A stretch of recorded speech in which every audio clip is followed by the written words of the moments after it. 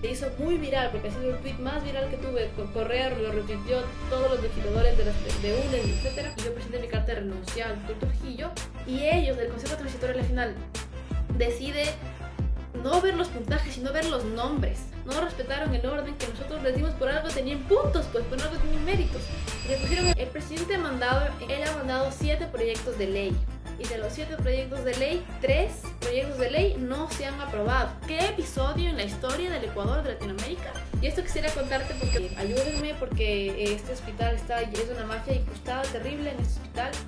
Y yo necesito que se haga cargo de este hospital el ejército, porque Tú también fuiste representante estudiantil en la universidad. cuando me fui a ser presidenta de la FEUCE, ahí me di cuenta y dije, me fueron a ver, me acuerdo, a la Universidad Católica en un carro blindado. Pero yo ya sé quién eres tú, te hemos investigado bien. Y yo simplemente lo que hice fue organizar un conversatorio. Y Micaela, si tú vuelves a intentar hacer un evento así, empezamos un proceso de expulsión en tu contra. ¿Cuál es el contexto necesario para que pueda entenderte a ti? Me parece que yo he pasado por muchísimo dolor en mi vida. Mi hermana se murió, después mis papás se divorciaron, me expulsaron de la Flaxo. A mí me gusta mucho mi soledad, pero en parte ha sido porque he tenido que estar sola, porque me han rechazado siempre, en la sociedad en general. Entonces, por ser como soy. Correa sí intentó. Yo hasta Correa, y eso es una de las cosas que yo más estimo de Correa. Correa intentó hacer algo horrible que pasó, porque a mí me invitó a desayunar.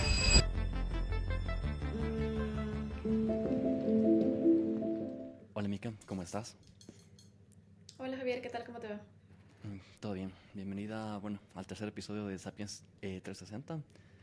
Y la primera pregunta con la que quiero comenzar haciéndote esta entrevista es: ¿cuál es el contexto necesario para que pueda entenderte a ti? O sea, ¿de dónde vienes? ¿Cómo creciste? ¿Cuál es el contexto que te ha permitido convertirte en la persona que eres ahora? Me parece que para poder entenderme a mí, yo soy una persona sencilla. O sea, no crecí en una esfera socioeconómica muy diferente al de los demás. Más bien todo lo contrario. Me considero con un contexto muy común. Soy una persona que nació en una clase socioeconómica media baja. Soy una hija de la clase obrera. O sea, mis papás trabajaron muy duro para darme mi educación. Yo estuve durante mi primaria, en los primeros años, en una escuela fiscal en Quito. Mi papá, cuando a mí me tuvieron, mi papá recién se había graduado no, ni siquiera se graduaba de abogado, recién estaba terminando la carrera de Derecho, y mi mamá ni siquiera había empezado la universidad. Entonces fue, digamos, difícil para ellos tenerme a mí. Apenas ellos tenían 20 años cuando yo nací. Entonces fue complicado. Pero yo me alegro de que crecí en una casa con muchísimo amor. Yo, la verdad, siempre crecí con mucho amor. Toda mi niñez, digamos, por una parte fue un poco complicada porque la escuela para mí fue lo peor que pudo haber existido. O sea, fue horrible, horrible, horrible la escuela para mí. ¿Por qué fue horrible, perdona? Um, Porque había muchísimo abuso de parte de las profesoras. Más que nada eran mujeres, porque además estuve en Santo Domingo de Guzmán y eran profesoras mujeres. Eran monjas. Pero antes de estar en la escuela de monjas estuve en esa escuela fiscal en el sur de Quito, y, y fue para mí muy fuerte porque la profesora nos pegaba a los estudiantes, nos pegaba a todos sin distinción porque se le daba la gana.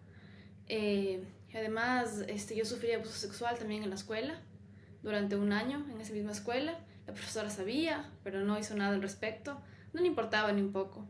Entonces, para mí, la escuela era lo peor del mundo. O sea, no, yo me acuerdo que yo sufría todos los días por ir a la escuela.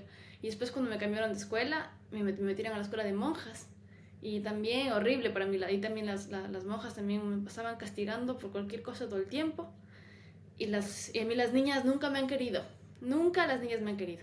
Entonces a mí siempre las niñas me han hecho a un lado. Más bien cuando estuve en una escuela mixta, ya más racional, ya tuve más amigos, porque mis amigos siempre han sido hombres.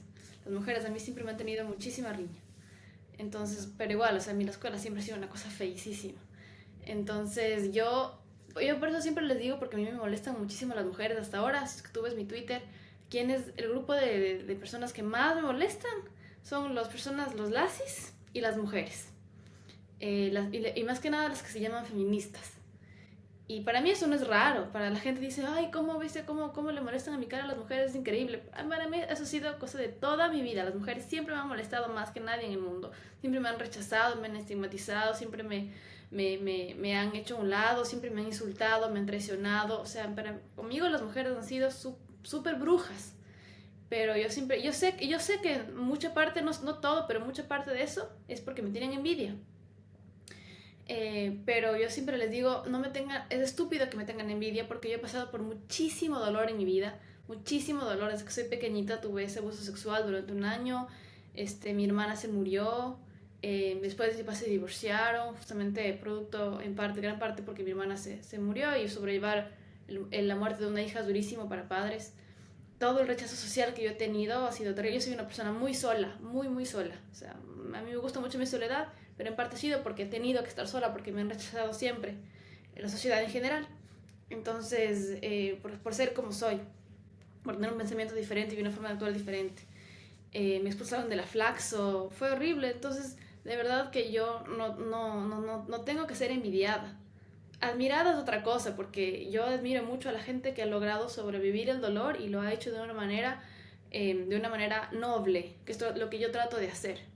Entonces, yo no soy una persona con un pasado complejo, yo soy una persona con un pasado que es muy común de toda la gente, porque todos hemos experimentado dolor en la vida, todas las personas, pero lo que nos diferencia a las personas es quienes sobrepasamos el dolor con amor y quienes luchamos para que otras personas no vuelvan a experimentar ese dolor en su vida jamás, y quienes más bien no sobrepasan el dolor, se quedan en el dolor y más bien infringen el dolor a los demás como una forma de venganza por el dolor que a ellos les hicieron pasar. Entonces, entonces yo quisiera que a mí no se me vea como una persona con un pasado, con un contexto diferente o especial de por qué soy así. Yo soy, yo soy una persona que siempre ha tratado de tomar lo mejor de las situaciones en que se me ha presentado la vida, pero las situaciones que me ha presentado la vida son muy comunes al común de los ciudadanos de Latinoamérica. Bueno, qué pena antes que nada escuchar todo el abuso que sufriste. Siento que ese tipo de situaciones es algo que no se lo desearía a nadie. Y creo que son cierto tipo de experiencias que te han permitido incluso llegar a ser la persona que eres hoy en día. Tú decías que había varios tipos de discusiones, de confrontaciones que tenías con varias personas.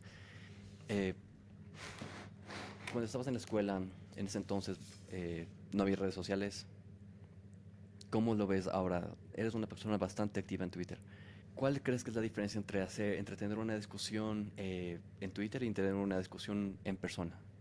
Ah, claro, hay muchas diferencias. O sea, primero, la mayor diferencia es la cobardía de la gente atrás de un usuario en Twitter. A mí muchísima gente que me está atacando en Twitter de frente, ni de chiste me diría las cosas que me dice en Twitter. Primero porque se acobijan en trolls, ¿no? Se acobijan en trolls, hay muchísimos usuarios que son parte del ejército de la red de tuiteros democráticos, supuestamente, que lo maneja el gobierno. Me dicen de todo ellos ahí, pero son trolls. Hay muchas personas también que las conozco, que por ejemplo son de la Facultad de Derecho, me conocen, son personas reales, no son trolls, y me dicen unas cosas que en el aula de clase no me dirían ni de chiste, que nunca se me han parado ellos a mí. O sea, nunca en los 4 años de la Facultad de Derecho siempre he sabido que no me estoy en una relación, lo que sea, pero jamás se han parado a decirme una sola palabra en el aula de clase o en los pasillos de la facultad o en alguna fiesta. Pero en Twitter, qué bestia, ahí sí son, pero tienen una labia increíble. Entonces eso es una cobardía terrible, ¿no? Que ellos de frente no son capaces de decirme nada, pero atrás de una pantalla, en cambio, primeritos. Y no solamente en Twitter, sino también en WhatsApp. son así, ¿no? Por eso es que no son nada valientes, no son nada valientes porque creen que me están atacando a través de Twitter, que me digan las cosas en la cara, no lo van a hacer, porque me conocen, especialmente la gente que me conocen y saben que frente a frente, en cualquier debate, con 3 palabras, se caen. Por eso no lo hacen frente a frente. Y por otro lado, lo que me gusta de Twitter, en cambio, y por eso es que soy activa en Twitter, porque llega a mucha más gente. Entonces, en el salón de clase llega a la gente que está en el salón de clase y a la persona que estoy discutiendo. Pero en cambio en Twitter a mí me gusta tener las discusiones porque me gusta porque sé que la información que yo estoy dando es una información relevante. No solo, o sea, tanto por las denuncias que yo hago, como también por las reflexiones que las hago a través de leer la historia, porque me gusta mucho recordar a la gente la historia. Porque el problema que tenemos los humanos es que tenemos una especie de amnesia. Nos olvidamos lo que nos ha pasado en nuestros países, nos olvidamos cómo Estados Unidos de Latinoamérica, no solo Latinoamérica, a India, a Bangladesh, a África, tantos países la ha hecho mierda, perdón la expresión. Y ahora quieren que en Estados Unidos regrese a salvarnos. Pero yo siempre digo, a ver, ¿qué episodio en la historia del Ecuador, de Latinoamérica o de cualquier país en el mundo, Estados Unidos ha sido El Salvador? Y ahí me pongo a recordar, y ahí me pongo a pelear con la gente, ¿no? Me pongo a pelear, pero siempre me pongo a pelear, no a insultar, ¿no? Siempre me pongo a pelear y siempre me pongo a recordar episodios de la historia, o me pongo a indicar citas, teorías. Por ejemplo, me gusta mucho a mí Nietzsche. Siempre trato de hablar de Nietzsche, que es un filósofo, ¿no? O de Carl Jung, que es era psiquiatra, o de literatura. O sea, yo sé que hay mucha gente que no, en el Ecuador, que no tiene la costumbre de leer. A mí me encanta leer, pero trato de justamente darles de estas como pastillas de información para que las conozcan, y esperando y rezando para que a alguien le guste alguna cita que doy de algún libro, lo que sea, y se vaya y se compre el libro y lo lea el libro. Tengo mucha gente que me ha escrito por interno y me ha dicho, ¿qué libro me recomiendas de este autor que citaste que me gustó esto? O ¿qué libro me recomiendas sobre filosofía? ¿Qué libro sobre espiritualidad? ¿Qué libro sobre historia? Entonces me encanta no solamente decirles el título, pero si es que lo tengo en PDF, yo les mando al correo electrónico, que he hecho muchas veces. Entonces, eso me gusta de Twitter, ¿no? Que me ayuda a difundir información relevante, y la gente, pues, que le interesa los temas, se engancha con esa información y se expande con esa información. Entonces, eso es interesante de Twitter también. Por eso es que me enfrasco en las peleas. No es por pelearme con la persona, también, porque también me gusta pelear, pero más que nada para difundir información relevante. Claro, en este caso el impacto de Twitter siento que es un impacto masivo e incluso global. Siento que muchas de las entrevistas que tú has realizado, estaba un poco, para prepararme para esta entrevista, estaba viendo varias de las intervenciones que tú has tenido, y hablando de impacto, tú también fuiste representante estudiantil en la universidad. Cuéntanos un poco sobre esa experiencia, por favor. Ese fue mi primer acercamiento a la política real, porque, como decía Dussel, Enrique Dussel, que es un filósofo mexicano-argentino, realmente el conocimiento se obtiene desde la experiencia. La teoría es una ayuda, pero nada como la experiencia. No hay nada como la experiencia para realmente tener el conocimiento sobre la vida, sobre cualquier hecho. Y eso fue lo que a mí me pasó, porque yo antes de ser presidente de la Universidad Católica, yo había leído sobre política y lo que sea, pero cuando estuve presidenta de la FEUCE, ahí me enteré de lo que era la política, y ahí fue cuando yo me alejé del gobierno de Correa. Me alejé en el sentido de ideológicamente, porque nunca había sido parte del gobierno de Correa, nada por el estilo, pero yo era, era, era muy fanática, casi muy afín al gobierno de Correa, porque yo me consideraba en ese momento de izquierda, y Correa siempre estuvo a favor de mayores impuestos, mayor igualdad y todo lo que sea. Entonces, todo en ese sentido, muy izquierdista. Entonces, yo siempre estaba luchando por el gobierno de Correa desde mis espacios, en las clases, discusiones con mi familia, con amigos, en mis redes sociales, todo el tiempo. Pero cuando me fui a ser presidenta de la FEUCE, ahí me di cuenta y dije, qué horrible. O sea, no ha sido lo que yo pensaba el gobierno de Correa. Porque primero, yo necesitaba plata para financiar mi campaña. Y me acuerdo, yo tenía plata que digamos que de un año entero que pasé haciendo, como 6 meses que pasé haciendo campaña por el movimiento político. Ya tenía plata recogida, pero me acuerdo que me faltaban $3,000. Entonces yo le escribo a él, le digo, ¿tú cómo hiciste para recoger plata? Yo esperaba que él a mí me diga, mira, haz una fiesta o haz una rifa o haz, no sé, o reunámonos con tales presidentes para hacer alguna colecta, no sé, alguna cosa.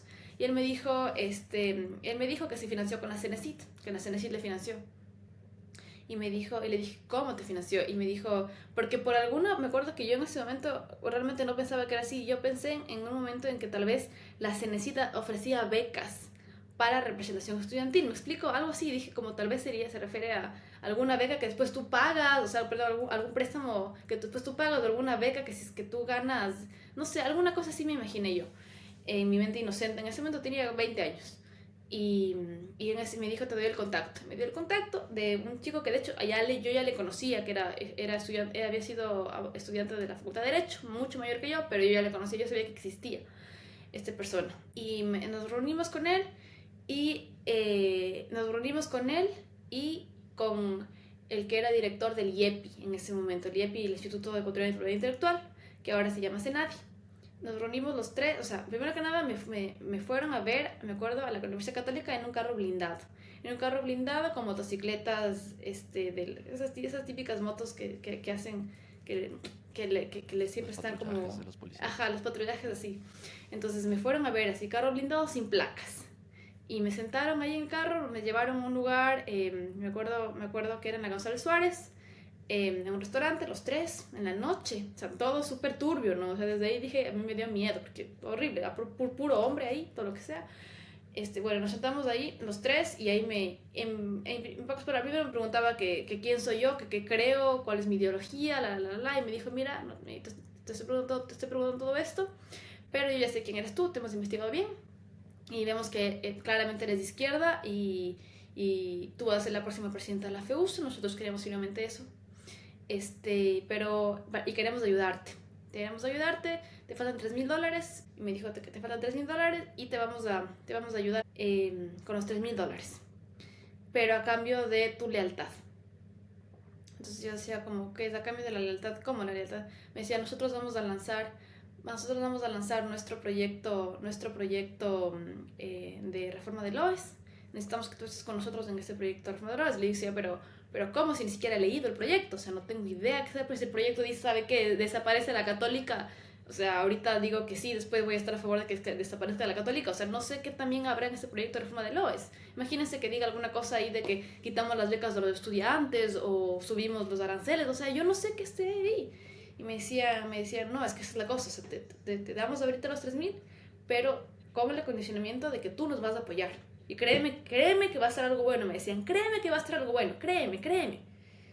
Y yo decía, y me acuerdo que nada en ese momento, les dije, mañana les llamo. Les acuerdo que les dije, llama, claro, yo les dije, esos $3,000, ¿de dónde va a salir?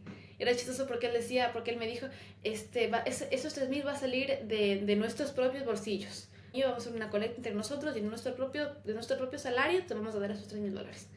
Y yo así como ya, claro que sí.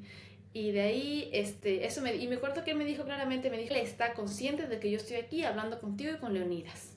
Porque esto es algo que nosotros siempre hacemos. Y yo me quedé loca. Y me acuerdo que, claro, esta noche me fui a dormir, le conté a mi papá, le conté en ese momento que era mi novio, era Carlos Varela, que era el presidente de la Escuela de Derecho. Y claro, obviamente entre los tres dijimos, esos $3,000 van a salir de alguna forma, pero de una forma personal nuestra. Y mañana a primera hora le llamas y le dices que gracias, pero no gracias. Al siguiente día en la mañana, a las 10 de la mañana, me llamó Leonidas y yo le dije que no, que ya había conseguido la forma de tener 3,000 y que muchas gracias, pero no quiero nada. Ya, y no quedó ahí la cosa. O sea, la cosa es que ahí ya me dijo, chao, listo. Bueno, pero efectivamente después gané la presidencia de la FEUCE, estaba todo tranquilo, me estaba yendo súper bien y lanzaron el proyecto de reforma de la LOES. Y yo ni siquiera me opuse directamente, yo simplemente lo que hice fue organizar un conversatorio. Solamente organizé un conversatorio. Y me acuerdo que estaba invitado Fan del Falconi, que bueno, en ese momento ya no era correísta porque se había peleado con Correa, pero es una persona que sabía mucho de educación. Y estaban algunos catedráticos más de algunas universidades, inclusive había invitado a catedráticos de la UNAM. Algunos era de la central también y todos, o sea, pero yo sabía que algunos eran a favor, trataba de hacer el conversatorio que sea la mitad a favor del, que sabía que había su mirada a favor de la LOES y otra mirada como con críticas al LOES, no en contra. Quería que sea mixto, porque esa tiene que ser, esa es la razón de la academia, ¿no? Y me acuerdo que lanzo las invitaciones, invité a estudiantes de todo el país, organizamos todo para una fecha, me acuerdo que creo que era para mayo, me pareció, no estoy mal. Organizamos todo. Y me acuerdo que la CENESID llamaron para el mismo día, a la misma hora, en la universidad de al lado, en la Universidad Politécnica Salesiana, el mismo evento, y a eso, y de repente en mi evento, teníamos planificado estar más o menos como unas 500 personas, y llegaron no más de 100 al mío. Y al evento de ellos, del correísmo, llegaron más de 1000. El coliseo estaba repleto. Y muchos de los que habían quedado en ir a nuestro evento fueron al del correísmo. Me acuerdo que yo les llamé a los representantes, a los presidentes de la Universidad de Loja, de Cotopaxi, de Chimborazo. Dije, ¿qué pasó? Y me dijeron que su rector les había obligado. Y no solamente que les había obligado a ir al evento del correísmo, sino que les había mandado en buses y en aviones a representantes estudiantiles y a colectivos de estudiantes, porque estaba llenísimo. O sea, de hecho, eso es una noticia que tú puedes ver hasta ahora, una noticia en La Hora, en el Universo, que sacaron ahí, de cómo los estudiantes apoyan el proyecto de reforma del LOES. Estaban un montón, toditos estaban ahí, pero claro, ellos me dijeron, nuestro rector nos envió, nos embargó a todos a Quito de la noche a la mañana para justamente en la sabatina. Después salió, los estudiantes abrumadoramente apoyan el proyecto de reforma a la LOES. Y me acuerdo que después de eso, mi rector me citó en ese momento, él me citó y él me dijo, Micaela, si tú vuelves a intentar hacer un evento así, empezamos un proceso de expulsión en tu contra. Y me dijo porque directamente la CENESID nos está empezando a querer ahorcar por tu culpa, por las cosas que tú estás queriendo hacer. Y me dijo, no te vamos a volver a prestar un auditorio hasta que no verifiquemos bien a quién estás invitando, por qué, y básicamente si tienes la autorización de la CENESID. Entonces básicamente me dijo, no vuelvas a hacer un evento que tenga nada que ver con la LOES, ni nada que le afecte al gobierno. Te damos permiso para que hagas tus eventos de literatura que yo hacía, de literatura, de lo que quieras, de conciertos, de lo que quieras, pero nada que tenga que ver con política. Nada que tenga que ver, porque la CNC nos jode a nosotros, y si la CNC nos jode a nosotros, pues nosotros te jodemos a ti. Me acuerdo que en esa reunión estábamos con Juan Carlos de la Torre, que era director general de estudiantes, el rector y yo, los tres solos en la oficina del rector. Yo me acuerdo que me puse a llorar, porque me indigné. Además que yo soy una persona muy fuerte, pero yo también soy una persona muy sensible. Y yo me acuerdo que me puse a llorar, me fui con mis compañeros y no solo eso, sino que después de eso me llega una notificación de la CENESID a decirme que si es que no presento en 48, 72 horas, si no presento en 48, 72 horas, me parece que creo que eran como un 10%, sí, 10% de las firmas de los estudiantes que respaldan a la Federación de Estudiantes como su organización que les representa, me van a cerrar la FEBUCE. Entonces el 10% de 10.000 estudiantes justamente son 1.000. Entonces en 2 o 3 días que me dieron ahí, dejé de hacer todo, porque yo también estaba haciendo mi tesis, mis compañeros también, dejamos todos los proyectos, cancelamos todo para dedicarnos de clase en clase, estar recogiendo firmas de los estudiantes para poder presentar a la CENESID y que no nos cierre la CENESID.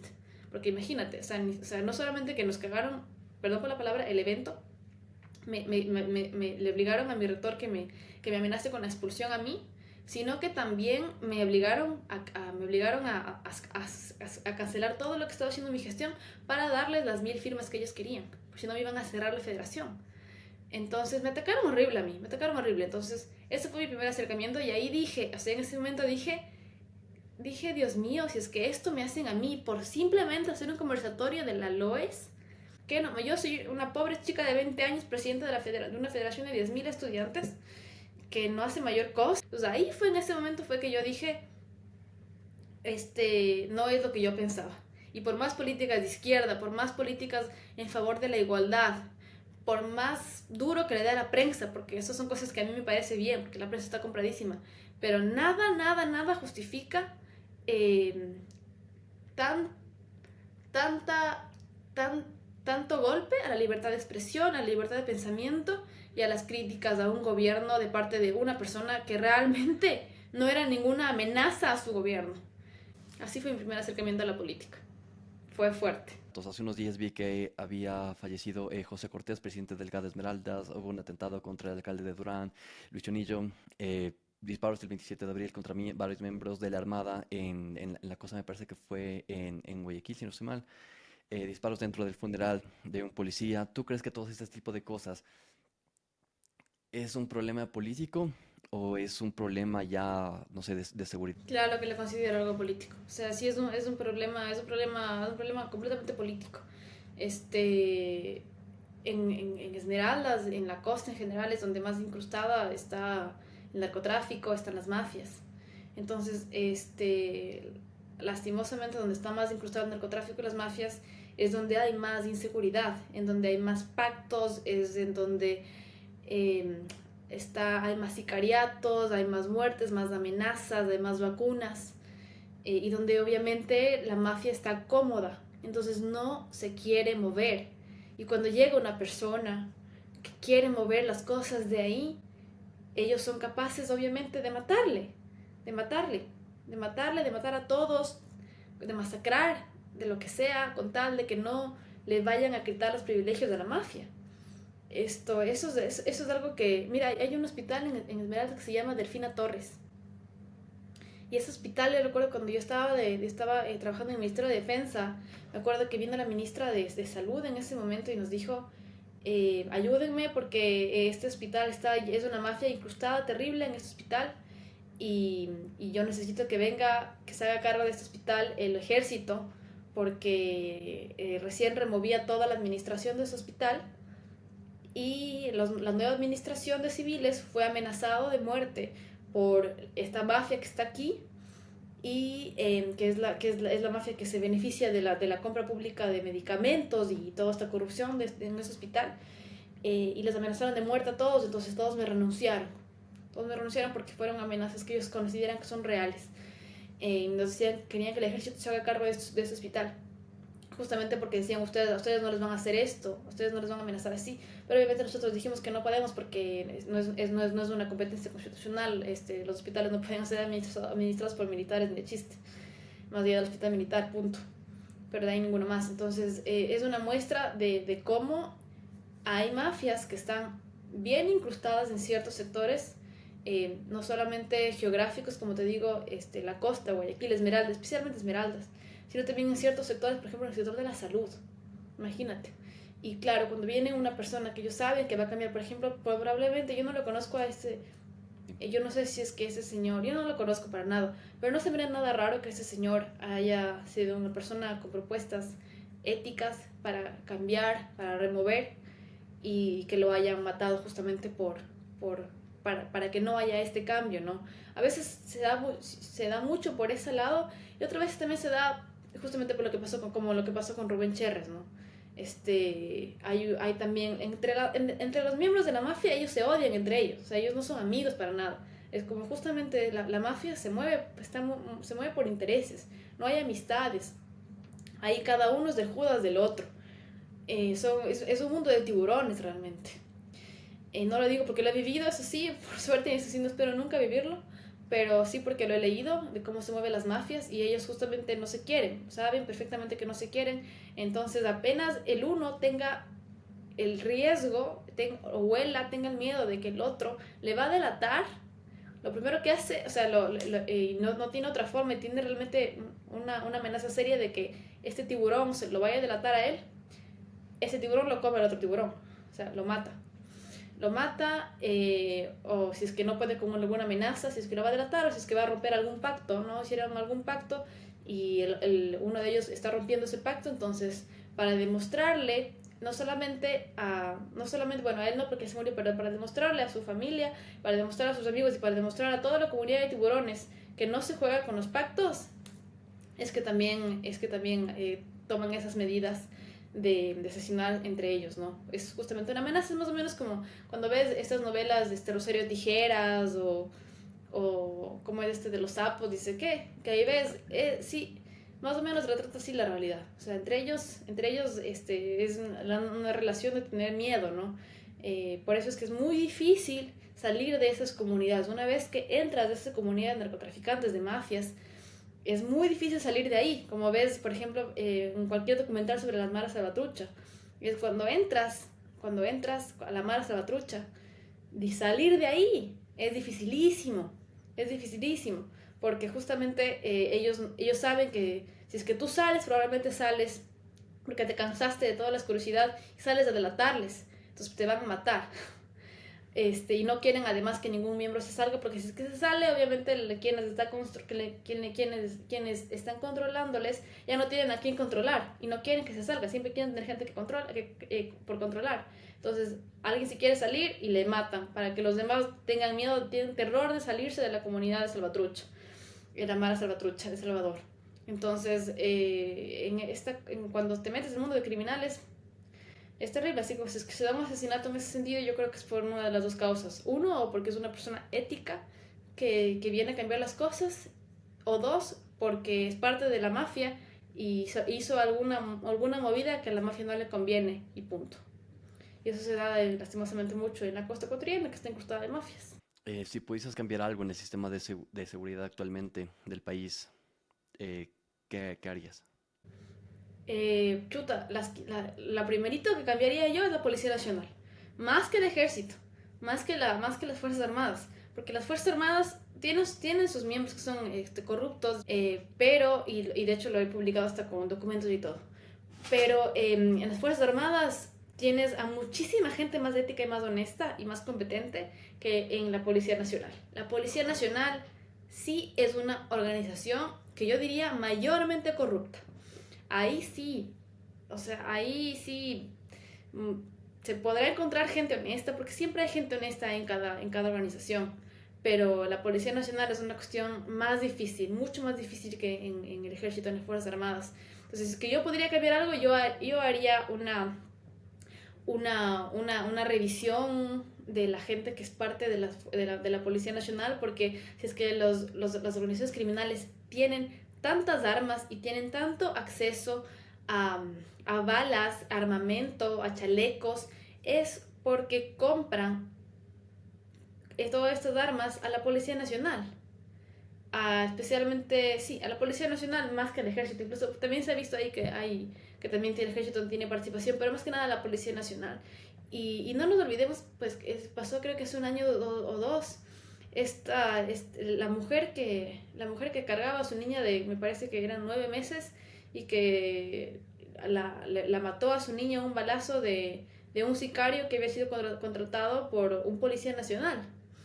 Entonces, esta gente, o sea, la Policía Nacional tiene mucha conexión con las organizaciones criminales, eh, y entre ellos igual no se fían. Yo cuando estaba trabajando en el Ministerio de Defensa tenía reuniones con los miembros de la Policía Nacional. Bueno, más que miembros de la Policía Nacional, eran con los abogados de la Policía Nacional, porque como yo era coordinadora jurídica, tenía reuniones con los coordinadores jurídicos de la Policía Nacional. Y mira, de verdad, qué nivel de incompetencia. Era un nivel de incompetencia, pero que ya rayaba en la comedia.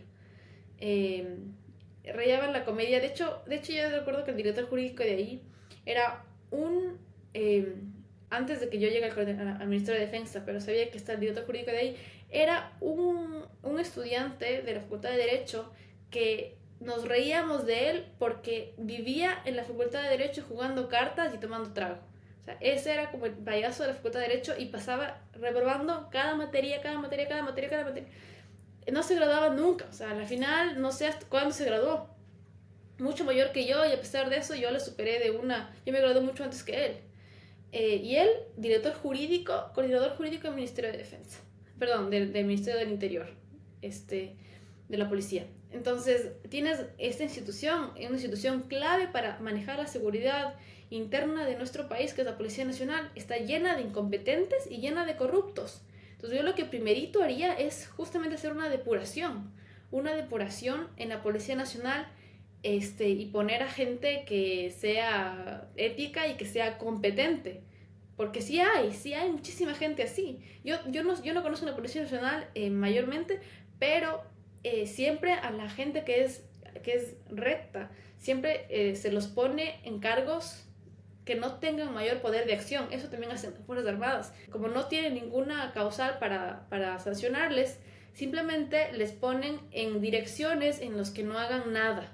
Les ponen en que se vayan a la dirección de archivo, que se vayan a estar ahí archivando, que se vayan ahí a estar empapelando, que se vayan así. No les ponen en direcciones clave de estrategia militar, de lo que tiene preparación y conocimiento. Entonces, lo mismo deben estar haciendo la Policía Nacional. Entonces, que había que hacer una depuración en la Policía Nacional. Eso es seguro de que la gente buena, la gente ética, la gente competente debe estar en estos carguitos en los que no tienen mayor poder de acción. Pero sí hay, siempre hay gente buena. La Policía Nacional tiene que ser cambiada definitivamente. Nombrar a las personas puede traerte represalias. ¿Alguna vez has tenido algo así? Por expresar tus opiniones incluso en Twitter. No, nunca. O sea, la gente, o sea, de amenazas de que me van a denunciar toda la vida. Amenazas toda la vida, porque siempre he sido así, ¿no? Entonces, siempre me han, desde que estaba en la FEUCE, y también era así, siempre me decían, no, te van a denunciar, o me decían, te voy a denunciar, pero nunca me han denunciado, o sea, nada. Entonces, ¿por qué? Porque saben que le estoy diciendo la verdad, saben perfectamente que si es que de verdad, porque, chuta, o sea, a mí me parece que la injuria es uno de los mayores males de la sociedad. Uno de los mayores males de la sociedad es la injuria, porque la injuria es la mentira. Y la mentira es en lo que estamos viviendo y lo que nos tiene así tan mal como mundo, al revés. Vivimos en tanto engaño, en tanta mentira. Y la injuria es de eso. Con la injuria se arruina la reputación de una persona. Entonces, para mí siempre hay que decir la verdad. Siempre hay que decir la verdad, las cosas por su nombre. Yo primero puedo morirme antes de arruinar la reputación de una persona sin causa. Jamás. Porque la reputación es una cosa que hay que tenerla así. Que hay que tenerla siempre con mucho cuidado. Por esto me acuerdo que eso está en el libro de Cervantes. Por la reputación y por la honra uno tiene que dar hasta la vida. Y yo creo mucho en eso. Yo mucho peleo cuando alguien me quiere manchar a mí con algún acto de corrupción o con alguna cuestión falsa. Yo lucho como fiera por mí, por mi reputación. Porque no por nada yo he hecho todo lo que he hecho en mi vida, siempre de la manera más pulcra, más transparente y más valiente posible. Como para que alguien ligeramente venga y esté diciendo cualquier cosa de mí simplemente por mancharme. Y así igual también lo hago por las personas que yo conozco y que se están diciendo mentiras. Pero yo conozco mucho de mucha gente, como te habrás dado cuenta. Yo estudié teatro cuando yo era adolescente. Me encanta ser actriz. Y creo que todas estas estrategias de teatro las he aplicado en mi vida porque a mí, si es que yo conozco tanto de tanta gente, es porque he estado en espacios en los que esta gente, especialmente estos patriarcas, pensaban que yo era una niña sentada en Carondelet que no movía un dedo, que era una pobre tonta, pero como justamente pensaban que era una pobre tonta, yo tampoco es que me mostraba como soy con ellos, me soltaban toda la información, que yo de tonta no tengo un pelo, la tomaba toda y una vez que me fui y renuncié, la saqué toda, ¿no? Entonces siempre se les ha tomado mucho el pelo a ellos, pero siempre he dicho la verdad y porque en la gran mayoría de casos tengo formas de probar eso y además también tengo la gente que estuvo conmigo luchándola por conseguir esos $3,000 que todos perfectamente sabían que para mí era muy fácil hacer una llamada, decir si quiero los $3,000 y tener los $3,000 o más bien ponernos a hacer todos los eventos que hicimos para recuperar esos $3,000. Especialmente, bueno, mi papá me ayuda también muchísimo ahí. Entonces tengo formas de probar. Casi todo tengo formas de probar. Hay cosas que sí no tengo formas de probar, por ejemplo, las reuniones de Carondelet, ¿no? Que no tengo formas de probar, pero también cuando, por ejemplo, salió, yo hice la campaña por el no y yo dije toda la información que la di, que obviamente era una cuestión con el embajador de Estados Unidos. El embajador de Estados Unidos no nos permitía nunca pues tener ahí una cámara o escuchar, pero como fue una forma de probar que nadie nunca lo negó. Yo ahí dije todos los nombres de los que íbamos a las reuniones y que el embajador nos imponía la extradición y después, y a pesar de todo lo que dije, que se hizo muy viral, porque ha sido el tweet más viral que tuve, Correa lo retuiteó, todos los legisladores de UNED, etc. Pero a pesar de eso, jamás ningún miembro de Carondelet refutó al respecto nada. Entonces es otra forma de probar, no el que calla otorga.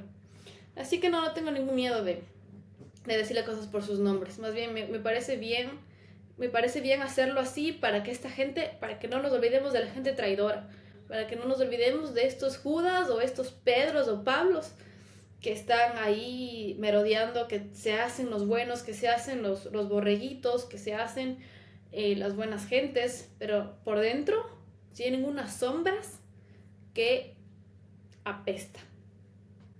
Y justamente hablando de ese tipo de temas, contexto nacional es extremadamente difícil. En este caso, la disolución de la Asamblea. La Corte evidentemente dijo que sí es constitucional, pero es ético. O sea, a mí de verdad me parece que no era constitucional. A mí me parece que no era constitucional, me parece que la corte se lavó las manos como Poncio Pilatos. Perdón que haga tanta referencia a la Biblia, pero me gusta mucho, me gusta mucho la ¿Eres religión católica? cristiana. O sea, me gusta, no soy de ninguna religión, pero me gusta mucho saber de las religiones. Y justo recién me acabé de leer los 4 evangelios la anterior semana. Entonces estoy así clarito con todos los evangelios. Pero bueno, no. Yo creo que lo que hizo la corte fue justamente lavarse las manos. Me parece que fue una decisión equivocada porque el banquero tenía que irse, como se va a ir, pero tenía que irse por juicio político. Porque otra cosa, ahorita se está yendo como en una forma camuflada de renuncia. Pero, él tenía, o sea, a mí me parece muy importante los símbolos, los símbolos que se mandan, tanto al Ecuador mismo como a Latinoamérica y al mundo. El símbolo de la asamblea, que la asamblea es el órgano popular por excelencia, el órgano que representa al pueblo más que ningún otro. El pueblo lo votó, que era justamente el objeto del juicio político. El pueblo lo votó por corrupto, por peculado. El pueblo lo votó por criminal. Entonces, eso a mí me parece que era el mensaje que tenía que haberse dado, que haber terminado este juicio para que esto esté siempre en nuestra mente y en la mente de todo el mundo, porque ahora a mí, por ejemplo, aquí mis compañeros de clase me dicen, Lazo votó en la asamblea, ¿no? Qué chistoso, o sea, me dice, qué loco, al final Lazo, qué buena estratega o qué buena estrategia, al final Lazo terminó votando a la asamblea. Y me da unas iras porque en el imaginario colectivo queda eso, que Lazo votó al pueblo, que Lazo finalmente cumplió con su objetivo que él tenía cuando fue a la asamblea y decía, yo los acuso, él acusando a los asambleístas, él acusando como al pueblo. Y al final terminó sentenciando, o sea, no solamente acusó, sino que terminó sentenciando al pueblo disolviendo la asamblea.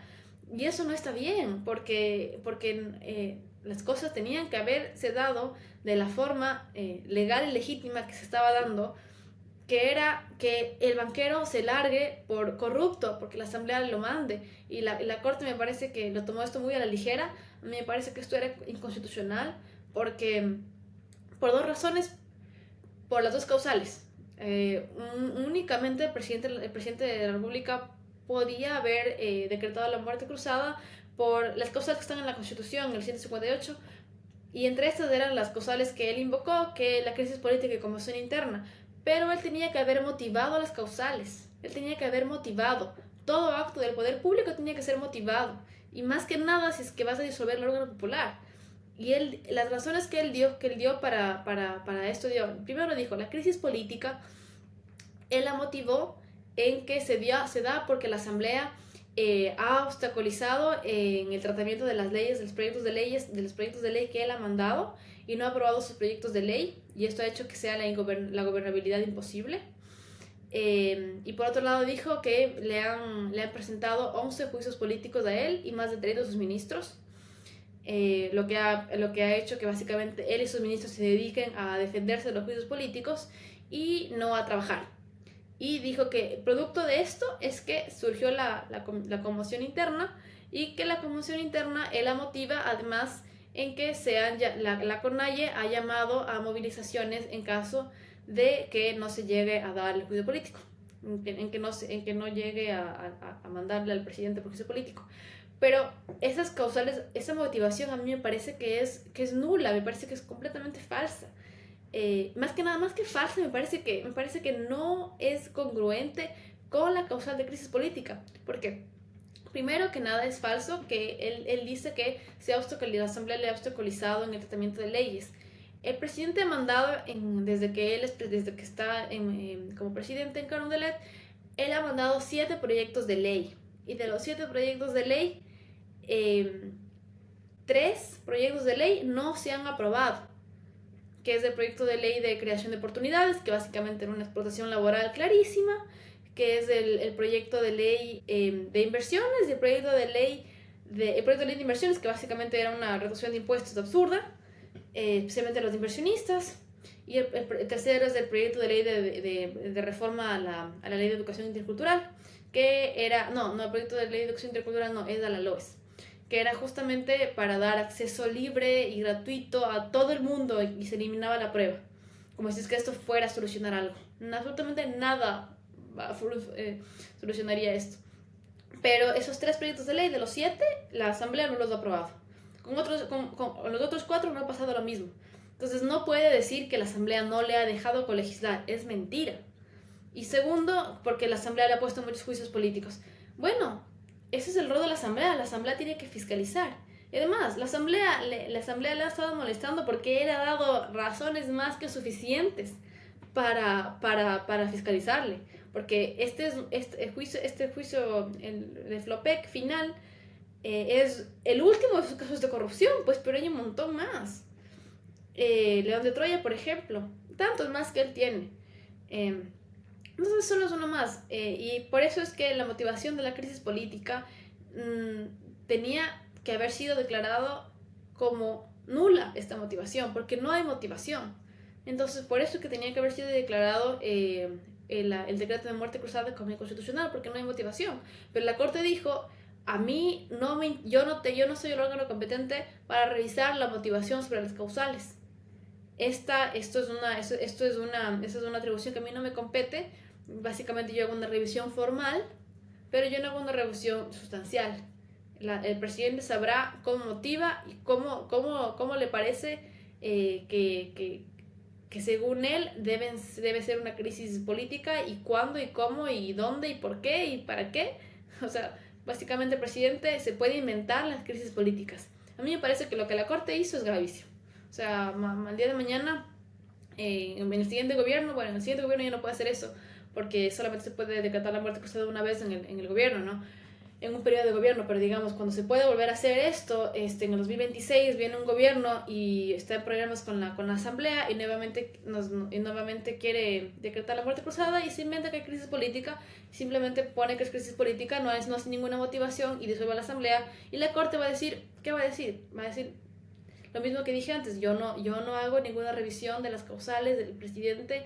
El presidente con su sano juicio verá cómo determina si es que hay una crisis política o no. A mí no me parece que eso esté bien, porque si no, ¿para qué tenemos Corte? Pues por algo hay control posterior de decretos, de leyes y control posterior de constitucionalidad, me refiero, de todos los actos de poder público, ¿no? Pero si la Corte dice que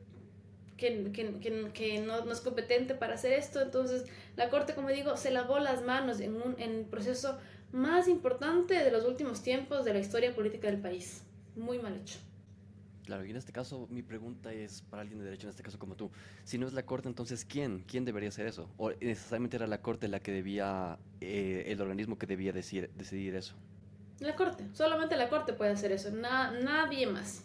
Si la Corte dijo lo que dijo, ya nadie más puede hacer nada más. Y ahorita ya lo único que vamos es la asamblea, perdón, el CNE continúa en elecciones y todo lo demás. Por ejemplo, ahorita con ocasión a tu pregunta hay que estar también atentos lo que dice Yesenia Guamaní, la asambleísta de Izquierda Democrática, de que la asamblea considera que es inconstitucional el decreto de muerte cruzada de Lazo, entonces que no van a hacer caso. Ella ha dicho que no va a hacer caso al decreto de muerte cruzada porque es inconstitucional.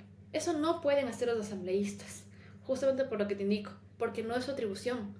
Porque ¿quién era el único órgano que podía decir esto es inconstitucional y lo declaro nulo? Es la Corte Constitucional.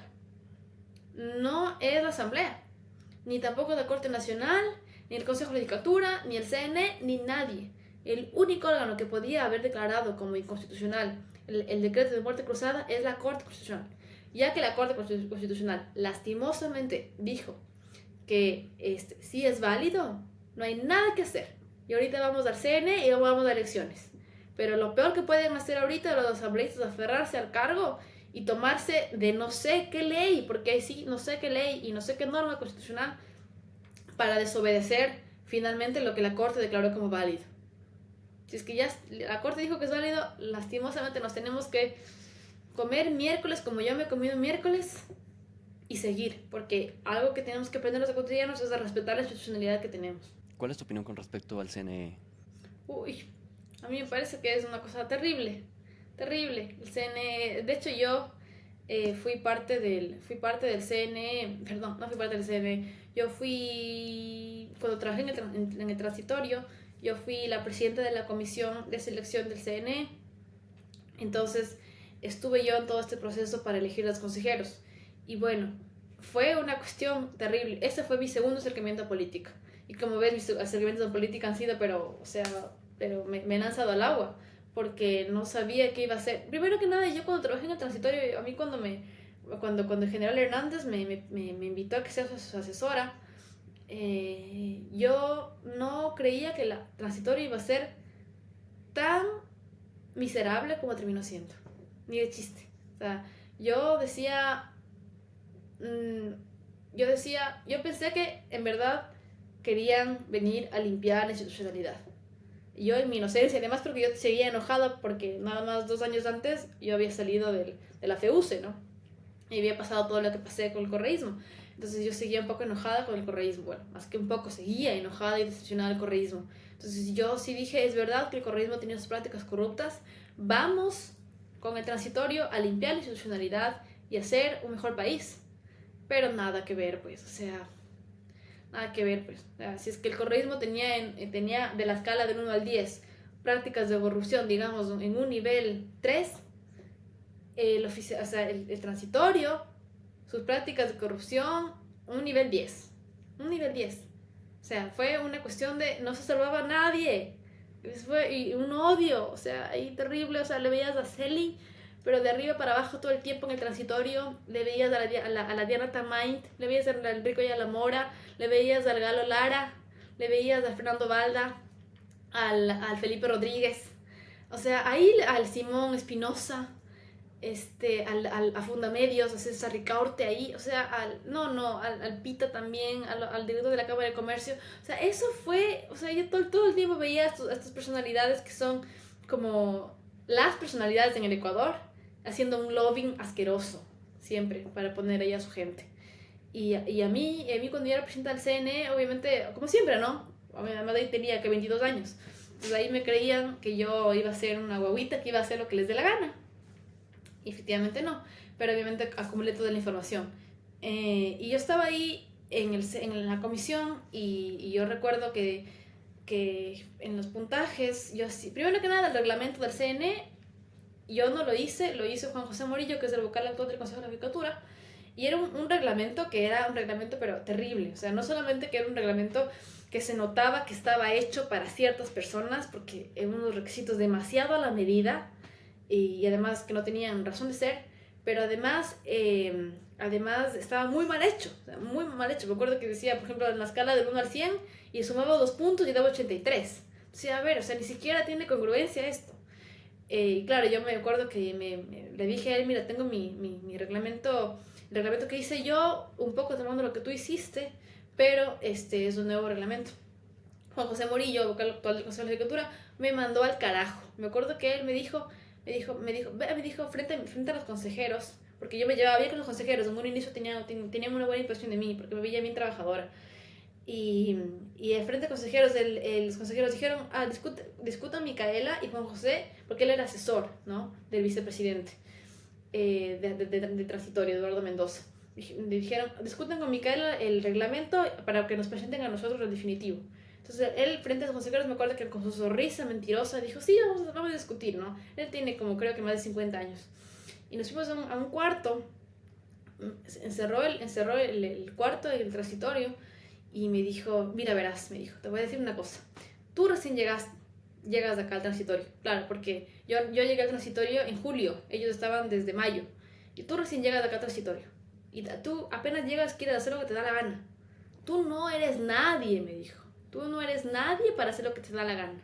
O sea, este reglamento ya está hecho, y así como está hecho, si quieres puedes cambiarle formalidades, pero tú quieres cambiarle el corazón de este reglamento.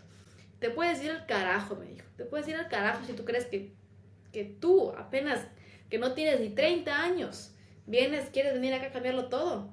Ándate al carajo. Me acuerdo que me dijo eso, yo me quedé loca, así no podía creerlo.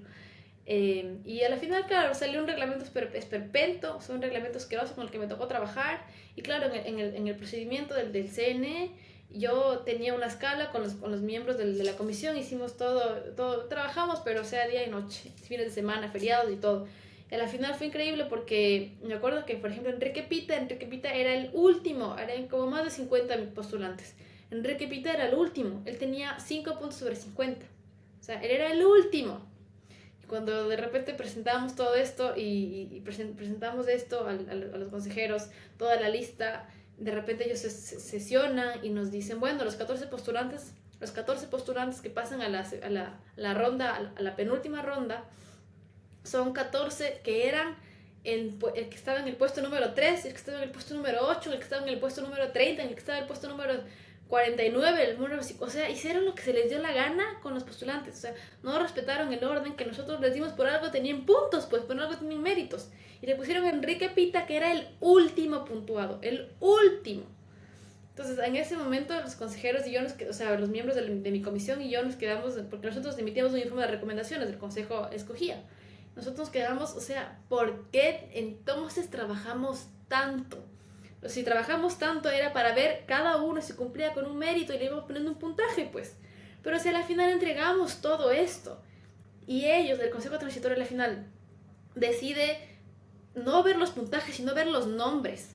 No tiene caso haber trabajado tanto y haberles pedido los documentos a ellos, porque por algo les pedimos los documentos, pues, para ponerle puntuación. Al final no importó nada, no importó nada. Le pusieron al que fue secretario de anticorrupción, no me acuerdo ahorita el nombre de ese señor, pero bueno, o sea, hicieron lo que les dio la gana y ni siquiera cumplieron con el principio de género, de equidad de género, porque en la Constitución está que los órganos colegiados como el CNE tienen que tener paridad de género, tienen que ser 3-2, o sea, son 5 miembros, 3-2, 2-3. Pero en esta parte, en el reglamento inclusive estaba que de los 14 postulantes que pasan a la penúltima fase, tiene que ser 7 hombres y 7 mujeres. Y a pesar de eso, recuerdo que habían puesto 12 hombres, 2 mujeres. Lidiana Tamain y Elena Nájera. Y yo me quedé loca y ni siquiera daban puntos de acción afirmativa, como estaba en la ley de participación ciudadana. Porque estaba participando aquí una mujer que estaba en silla de ruedas, era discapacitada. Ella merecía tener una acción afirmativa. Y nosotros le pusimos ahí, y por acción afirmativa tenía que haber pasado entre los 14. Igual, no les importó, o sea, no les importó nada, no les importó los méritos, la paridad de género, las acciones afirmativas, las discapacidades, no les importó nada. Entonces en ese momento yo me enojé muchísimo y yo presenté mi carta de renuncia al doctor Trujillo. Presenté mi carta de renuncia al doctor Trujillo, en la carta de renuncia yo escribo ahí, la tengo ahí, de hecho la he publicado también, que yo presenté mi carta de renuncia por objeción de conciencia, porque no se cumple con el principio de meritocracia, con el principio de paridad de género, por el que tanto hicimos el estudio y trabajamos horas hasta en la noche. Inclusive, yo era la más joven obviamente de la comisión, pero me acuerdo que dentro de mi comisión había una señora que tenía más de 60 años, era como estar con mi abuelita, y yo le hacía trabajar a ella en las noches. Ella era de Loja, ella vino desde Loja hasta Quito a trabajar con nosotros. Entonces, imagínate, era como ser mi abuelita, trabajar las noches, fines de semana, sin pago de horas extras ni nada por el estilo, ¿no? Y a pesar de eso, que todo nuestro trabajo se vaya al caño, entonces, ¿para qué nos pusieron como comisión? Pues era simplemente que los manes solo escojan 14 nombres y punto. Entonces, en ese momento sí me enojó mucho. Yo presenté ahí mi carta de renuncia, los consejeros me odiaron en ese momento, me odiaron, pensaron que yo había sido una correísta infiltrada. Siempre alguien que quiere hacer algo correcto en estos gobiernos siempre dicen que son correctos e infiltrados. Qué bestia. Y después de eso el consejo, el proceso siguió porque eran 14, pero al final se tenían que escoger 10, 5 principales, 5 suplentes. Pero ya sin mí, yo presenté mi carta de renuncia, también presenté mi carta de renuncia como asesora del consejero Hernández, pero el consejero Hernández me dijo que no me vaya porque él confía en mí y que más bien me quede en el Consejo de Participación revisando los procesos de otros concursos que se venían, como el concurso del Contralor, de la Fiscal, del Defensor Público, del Defensor del Pueblo, del Consejo del Vías y todo eso. Entonces me dijo, el consejo te odia, me dijo, o sea, Micaela, el consejo, los consejeros te odian, pero yo no te odio, tú eres mi asesora, nadie me puede obligar a que tú te vayas del Consejo de Participación, así que más bien lo que te pido es, tú quédate, ya no te van a volver a ser parte de una comisión nunca más porque ya no confían en ti, pero yo sigo confiando en ti, entonces más bien tú quédate y como mi asesora tienes todo el derecho para pedir informes y para pedir todos los documentos de todos los otros procesos que se van a seguir, aquí desarrollándose, para justamente por el bien del país. Entonces, bueno, yo con la aprobación de mi jefe, que era lo único que me importaba, yo me quedé en el transitorio y por eso es que tengo mucha más información de todas las otras comisiones, ¿no? Pero más que nada de la comisión del CNE, que sí fue un despelote, así que el consejo que tenemos ahorita es un consejo que fue empujado más que nada, Diana Tamaint fue empujada más que nada a ser presidenta del CNE por Enrique Ayala Mora, que era el anterior rector de la Universidad Andina. También le apoyaba muchísimo a ella Pachacutic, muchísimo, y le apoyaba muchísimo también Pachacutic y la CONAIE. Y le apoyaba muchísimo también a ella Jaime Nebot, o sea, ella tenía toda la consigna para ser presidenta del CNE, toda la consigna. Ella, de ahí, Enrique Ayala Mora, obviamente las cámaras, perdón, Enrique Ayala Mora, no me confundí con Enrique Pita lo pusieron las cámaras, y al otro señor que no recuerdo que fue secretario de corrupción, era un gordito ahí que siempre habla con los ojos cerrados, no recuerdo. Pero bueno, ese señor que también fue parte del CNE, lo puso Fundamedios, César Ricaurte principalmente, él hacía el lobbying terrible para que él sea, él no cumplía tampoco los requisitos, para nada, eso sí en el informe, los dos informes que hizo mi comisión, está ahí clarísimo que él no cumple los requisitos formales para ser parte del CNE, pero a pesar de eso lo pusieron a él. De ahí obviamente la señora de Alianza País, ella fue por Lenín Moreno, puesta por Lenín Moreno. Bueno, ahorita está Elena Nájera sí, me parece que es que era democrática, ¿no? Pero Elena Nájera más bien me parece que es lo mejor que hay en el CNE. Ella más bien no tenía presión política para que se la ponga a ella. Entonces, yo del CNE más que nada yo confío en ella. Ay, claro, pues casi me olvido, el Cabrera es cuota clarísima del PSC, del Partido Social Cristiano, y él es cuota además clarísima de Juan José Morillo, porque él también fue otro que no cumplía experiencia profesional. Recuerdo que él no cumplía con los años requeridos de experiencia profesional para pasar a los postulantes, para pasar a los 14 finalistas. Él no cumplía, ese señor Cabrera, el ingeniero Cabrera. Y el Juan José Morillo se dio botes para que le pongamos más años de experiencia laboral.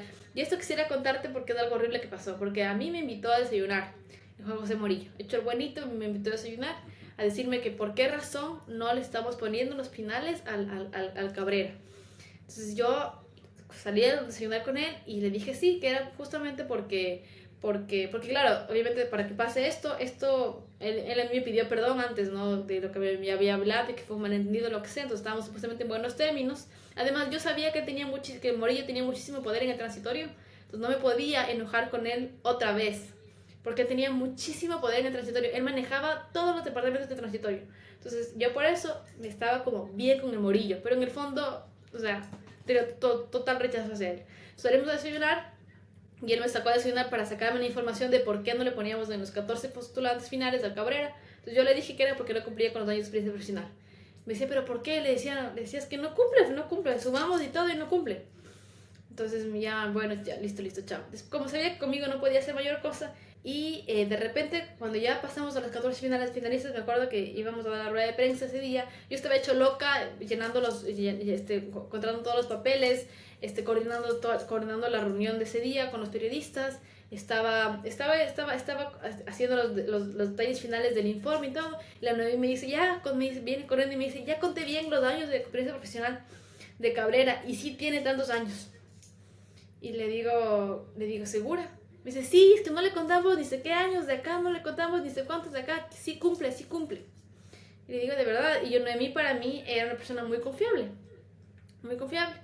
Entonces yo en ese momento me acuerdo que ella estaba con tantas cosas en la cabeza y ella era mi mano derecha en el consejo, la comisión.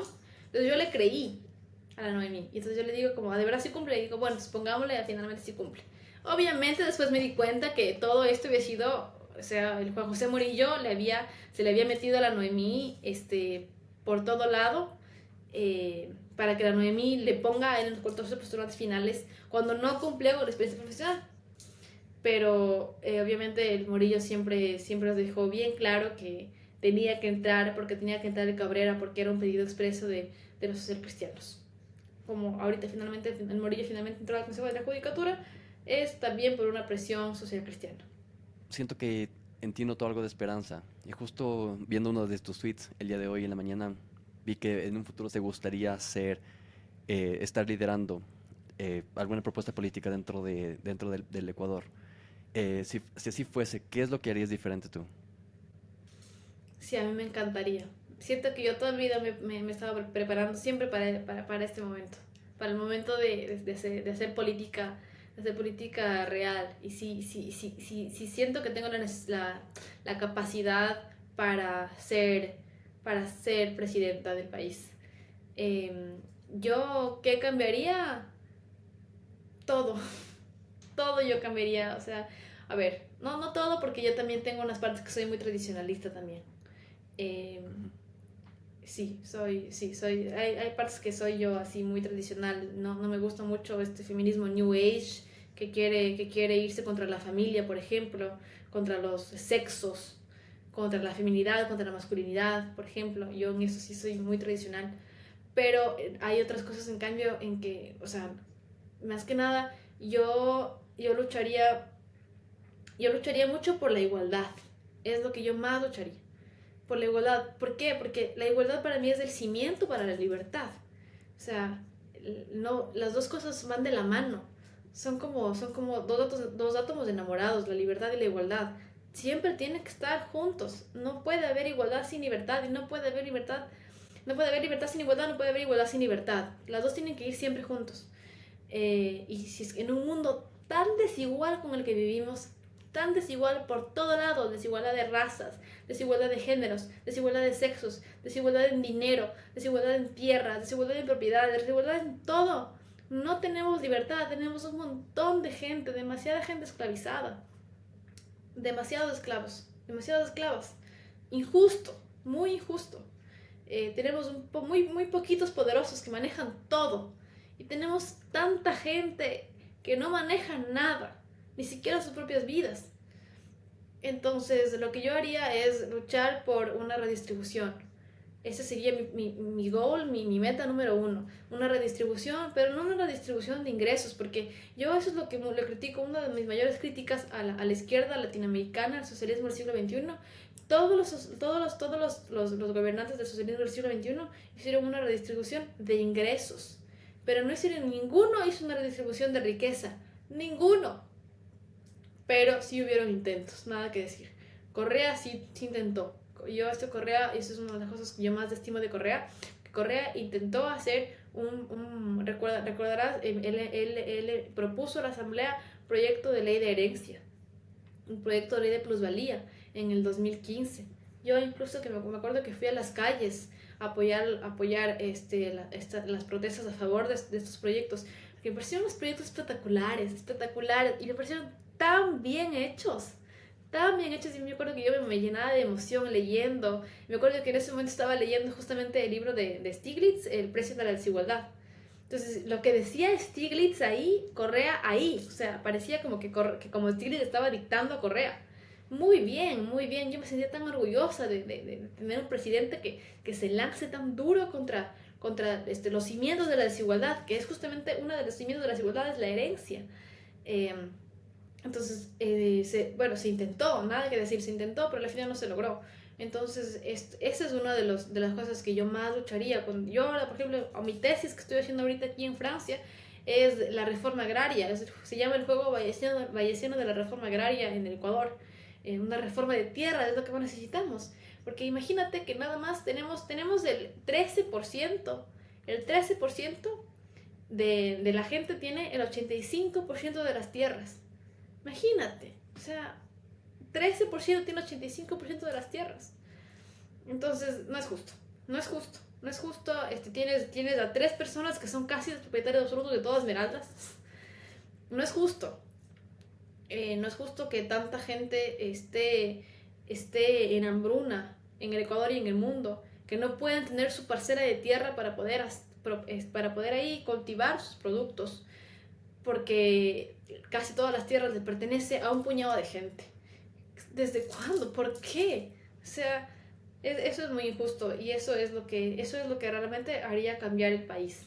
Hacer una redistribución de riqueza, una redistribución de la propiedad de la tierra, de la propiedad del agua y de los activos empresariales. Eso es lo que yo principalmente haría si es que fuera, cuando sea presidenta del Ecuador. Y como parte de la tradición del podcast, nuestro invitado dejó una pregunta para ti. ¿De qué te arrepientes en tu trayecto profesional y qué harías diferente? ¿Qué me arrepiento de mi trayecto profesional en la pregunta? Sí. ¿Y qué harías ¿Qué me, diferente? ¿Qué me arrepiento de mi trayecto profesional? Mm, ya, creer más en mí. Creer más en mí. O sea, estoy creyendo en mí. Yo estoy creyendo más en mí creo que desde la pandemia, la verdad. Y sí, bueno, yo creo más en mí desde que me propuse ser vicepresidenta de Derecho, ser presidenta de la Católica y lo logré. Y fui creyendo más en mí, pero en general un problema en mi vida ha sido la falta de autoestima. O sea, yo creo que ahora cualquier persona que escuche eso se reiría porque se nota que soy una persona muy segura de mí misma, muy emancipada, muy empoderada, pero no siempre fue así. Para nada, para nada. Mis amigos de la universidad y del colegio se asombran de cómo soy yo ahora. Que yo toda mi vida fui una persona muy callada, muy insegura, muy tímida. Y también fui así en mi trayecto profesional. Yo era muy tímida, yo pensaba siempre que el abogado del otro lado me iba a acabar en la audiencia. Bueno, eso es lo bueno, una parte buena de eso es que el miedo de que me acaben en las audiencias o de que haga un mal trabajo o de que el juez sea muy malo, muy fuerte, muy quisquilloso, me llevaba a mí a que siempre trata de hacerlo mejor, me preparaba lo mejor posible porque siempre pensaba que el otro lado me iba a acabar porque siempre pensaba que yo era más tonta que todo el mundo. Entonces, por eso es que yo me sé mucho, pero eso me causaba en cambio mucho estrés. O sea, antes de una audiencia yo no podía dormir, me llenaba de espinillas, no quería comer, me enflaquecía, pero parecía un gusano. Entonces, eso hubiera cambiado. Yo creo que si es que podría cambiar algo de mi trayecto profesional, es creer más en mí, creer que tengo mucha capacidad intelectual, que tengo mucha capacidad de oratoria para una audiencia, de que no todo el mundo es más inteligente que yo. Siempre va a haber gente más y menos que tú en el sentido intelectual o físico o lo que sea, ¿no? Pero yo pensaba siempre que el otro lado iba a ser mejor que yo. Siempre pensaba eso. Y eso, como te digo, me llenaba, me preparaba, pero por otro lado me hacía tener un estrés y una ansiedad más de las necesarias. Así que sí, y es lo que yo siempre recomiendo a toda la gente, que es una cosa que me digo yo todos los días ahora.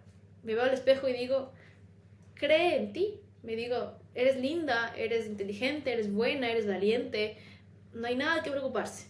Entonces, esto también le digo a la gente, como, mírense al espejo y dense cuenta de lo bellos, lo bellas que son, lo grandiosos que son por dentro, mírense a los ojos y agradezcan por la vida y crean en ustedes.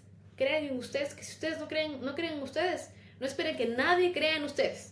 Primero crean y ámense ustedes mismos, nosotros mismos, y después todo vendrá. Y eso sería. ¿Qué pregunta nos dejarías para el siguiente invitado?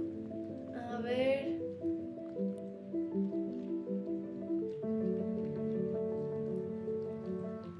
Perfecto. Mika, muchísimas gracias por estar en este podcast. Te agradezco sobre todo tu tiempo.